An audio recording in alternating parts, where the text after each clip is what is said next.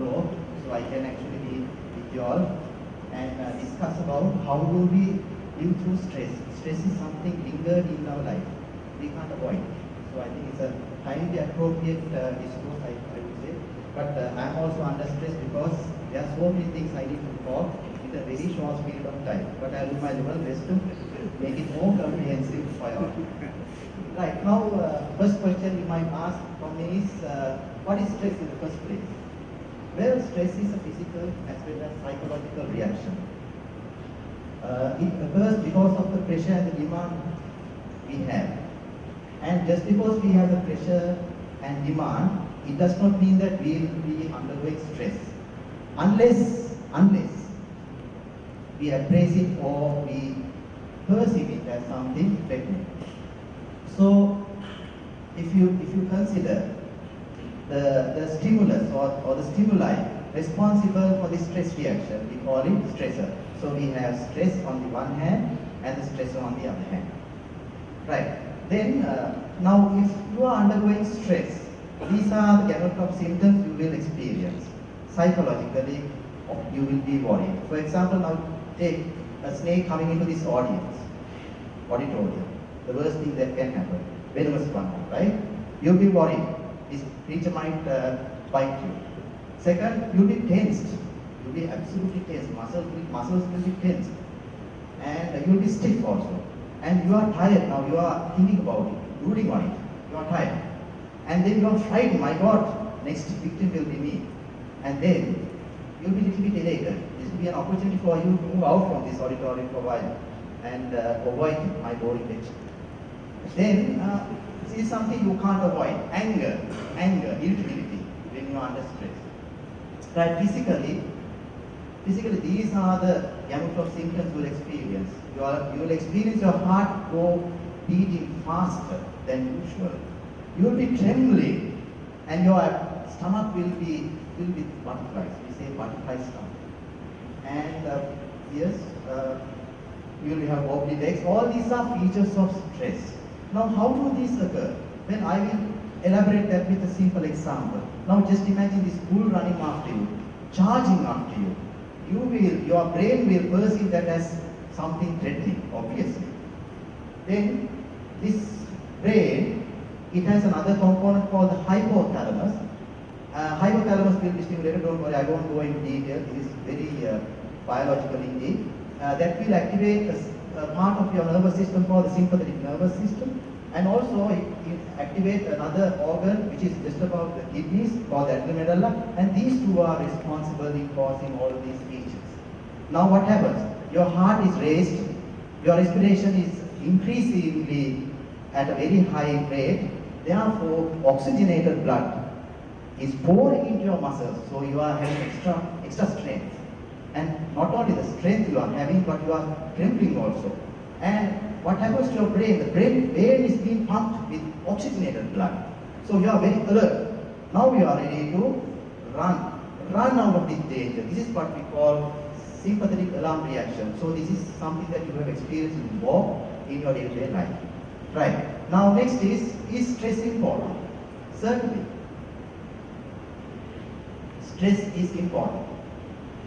Stress is important because it enables you to overcome the demands in your life. Now just imagine you have an exam a few weeks from now. You have to get through it. Because you are under stress, you are highly alert, you can stay up little more than usual, and you can sacrifice your pleasures and leisures for this. So you are committed. It's all because of stress. So you get through the exam. But there is a but all the time. That is, if you are going to say assess the performance against the intensity of stress, it goes like this. Up to a certain point of intensity of stress, your performance increases. So it is beneficial all right. And you go up to the peak performance. But the sad story is, after that point, what happens? The intensity of stress starts to dwindle, it plunges down, and then you go into a state called exhaustion. Right. So in the long run, stress is detrimental, physically and psychologically. Now, let us see the cause of stress. Just imagine this, there is a man who has a house and the house got damaged. Now, the moment he sees this, he goes into a stress reaction. Then what happens? He is now very alert, very conscious. All the mechanisms are now operating. Therefore, what happens? He constructs the house, and he come back to his normal state. This is a usual form. But say something added happened. He had to borrow money, so now he is debtor. As a result, again he is undergoing stress, but his coping mechanisms are absolutely good. He has a lot of resources, so he comes back to normality. But then there is another part of the story. There was another person who doesn't have resources and his coping skills are absolutely poor. What happens? The stress drags on. It persists, endures. What happens? Thereafter, exhaustion starts to take place. I will talk about exhaustion in little detail. Now, with exhaustion, you will ensue psychological complications like depression, anxiety, these sort of psychological complications. Not only that, physical complications like diabetes, hypertension. And also, you can have social complications also. Relationships will be strained. You will have problems with your family, and you will have problems with your workmates also. So these are all consequences of exhaustion.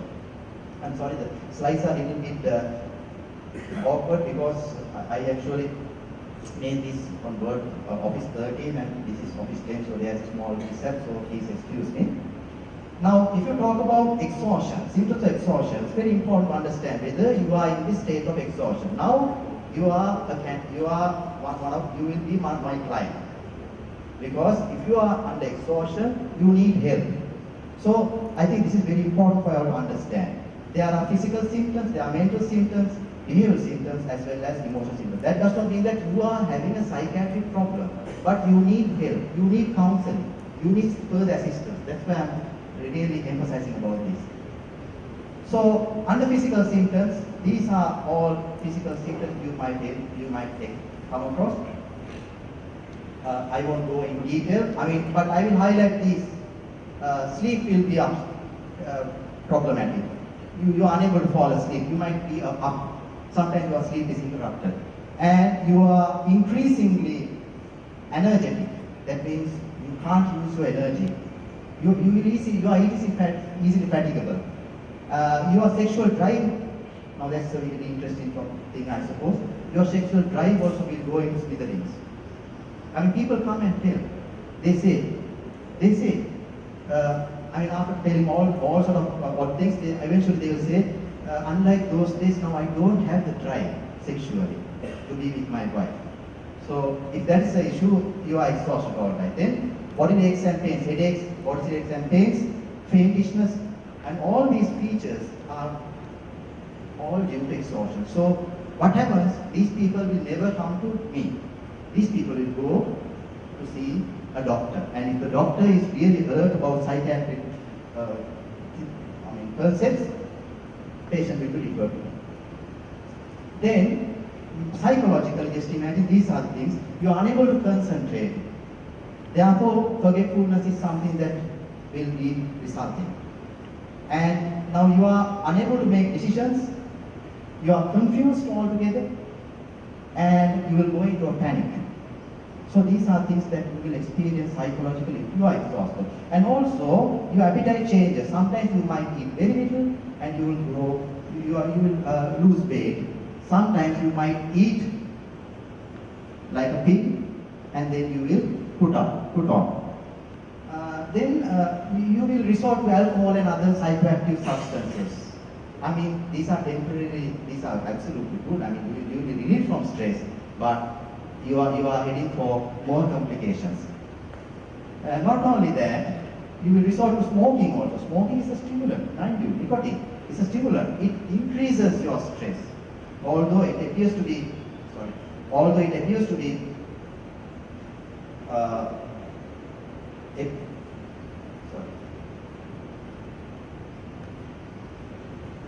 although it appears to be relieving, it increases stress.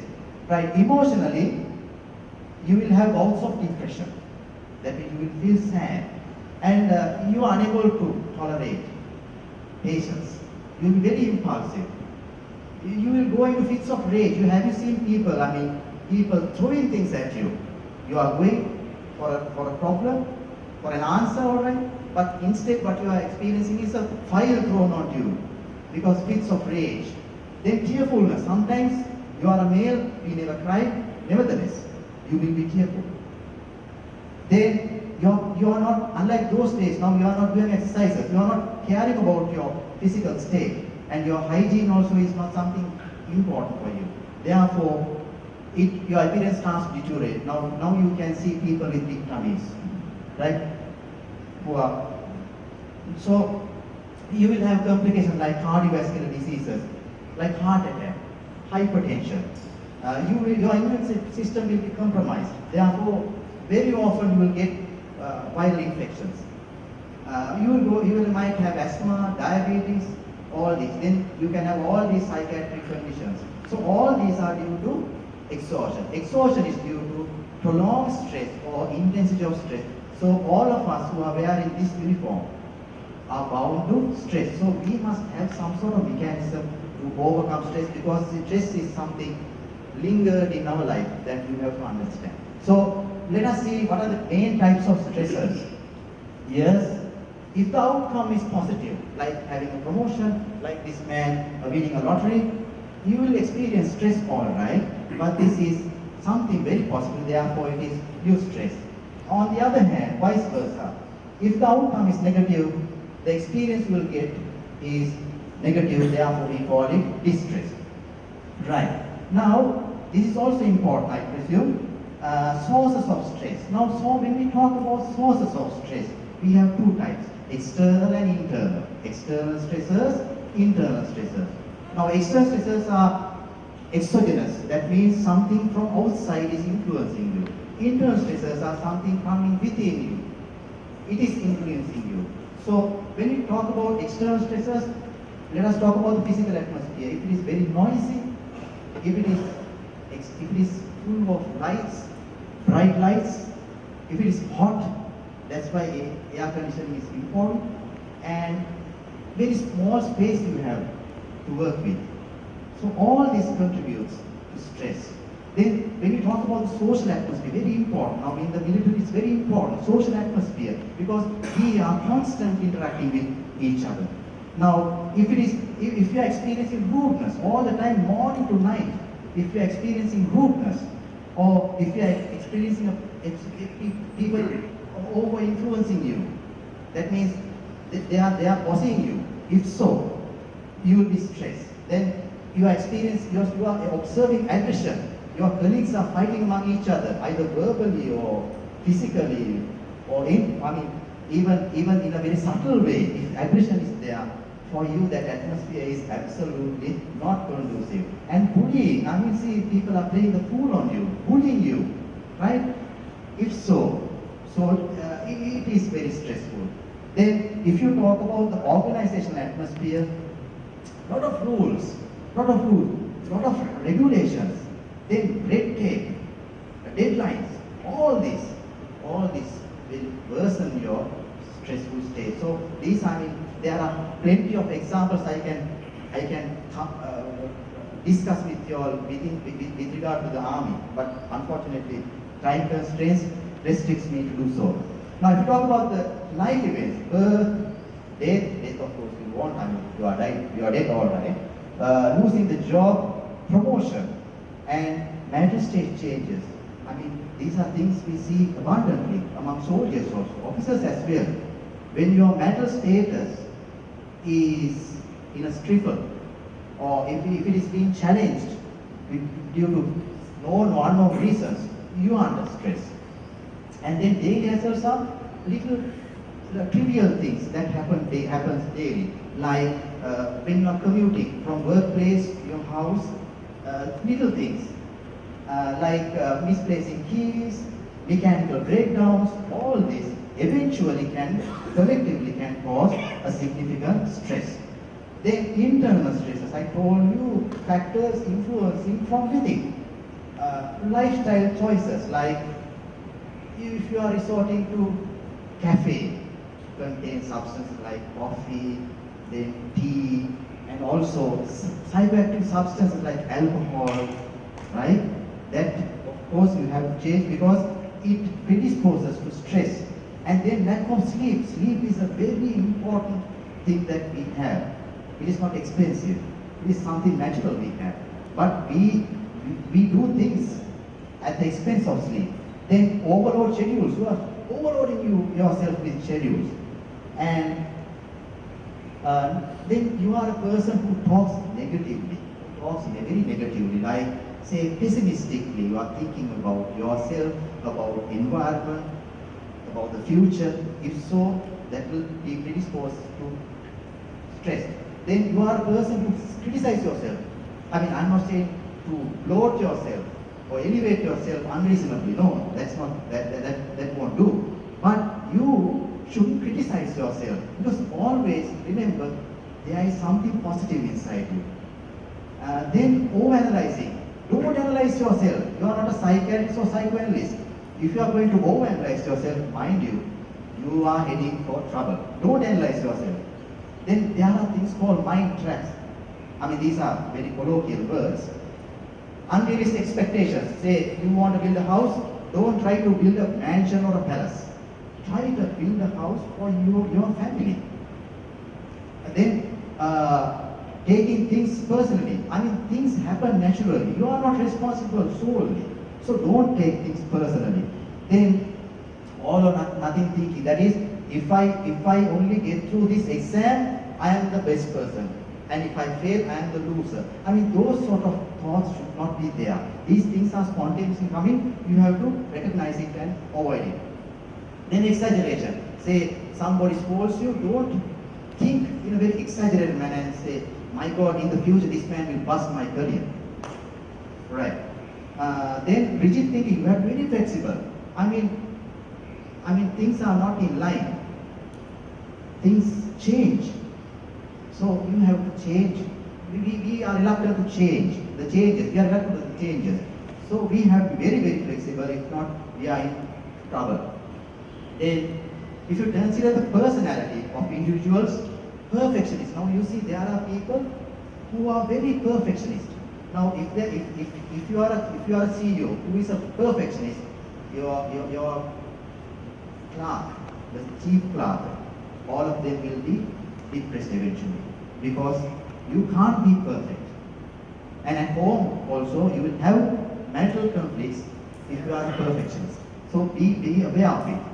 And then workaholics. Now workaholics, lovely word, colloquial word. Workaholics. You are working from morning to evening, and at the expense of your family hours, at the expense of your friends. Because we are social beings. We need to interact interpersonally. We need to be with others. So if we are avoiding that, then we are working, eventually we'll go bananas. And then if we are very ambitious, I mean, our future is unpredictable. I mean, you don't have to be very pessimistic, all right, but if you are going to have not unreasonable actually, if you are very ambitious, you will be very stressful all the time. So remember that. Then if your working environment, or if your employment is very unpredictable, you don't know what will happen. I mean, the place wise, then appointment wise, if it's very unpredictable, and unfortunately in the military, it's unpredictable. We can't predict. I mean, for a very short period, of course, we can predict, but this is something we may not be able to overcome. Then say technical and intellectual demands of particular task. If our task has a lot of technical things, that will also be stressful. And long hours of work and unrealistic deadlines. Say they are asking us to build something within few days. If it is unrealistic, I mean, if we can't achieve that, we are under stress. Then somebody is saying us to do something. And then there are many Tolkias interrupting us. No, no, no, no, that's wrong. You have to correct this. Such interruptions also will be problematic. Then not only overwork, underwork also. You will be stressful if you are experiencing boredom. And if you have anything to do, you will be stressful. And also, if the job is dull and repetitive, it will be very stressful. And if you are uncertain about your role, this is very important. Now, all of us have role and tasks. I mean, that is something part and parcel in the military. All of us have role and task. But if you are quite clueless about the role and task, it will be really stressful with regard to the objectives, responsibilities, expectations. So we must have a very lucid picture of the role and task we are assigned for. Right. Then about the conflict. Now, if our role and task, if we are not happy with the role and task, if it is conflicting with our personal, social, and family issues, if it is conflicting, we will be very stressful. Then when we talk about the responsibility, more the responsibilities we have, higher the stress. So when you become senior and senior and senior, you will be very stressful. When you are junior, you have a lot of physical things to do, but more than physical things, when it comes to responsibilities, it's absolutely stressful. That's why your bosses are irritable most times than you are. Right. Okay. I went on express. Very sorry. Now we will be little bit cool and calm, and we'll talk about managing your stress. So now I induced your stress. Now I'm trying to relieve your stress. Right. Now when you manage your stress, you have to change the way you think, change the way you behave, and then change your lifestyle. These three components. If you can change these three components, your stress will be relieved. So how to change your thinking? Reframing and positive thinking. These are the two things. Now, what do you mean by reframing? Now, you have to understand, if you take an event, there are 1,000 means of interpreting the event. You can interpret. Now, for example, your boss shouts at you. You can interpret it as, my God, this man's a very rude character. He's always against me. So you feel uncomfortable as a result. But at the same time, you can feel, my God, this man must have had a terrible time with his wife in the morning. As a result, now I am the victim. You can think like that also, and you can feel very happy. He's an idiot, he can't actually be with his wife properly. Right? So there are many ways of interpreting the same situation. And you think it in a different way. Events will not change, but you have to think in a very different way. Then positive thinking. Remember, powerlessness in the army is something you will experience. You don't know how powerful you are, but you feel powerless, dejected. Dejected. It's worse than being rejected. Dejected and despair and failure. Now these are things that you might feel when you are in the military because of other people's interactions and the way you perceive. So when you are under stress, remember, you get these things. You are powerless. You are dejected.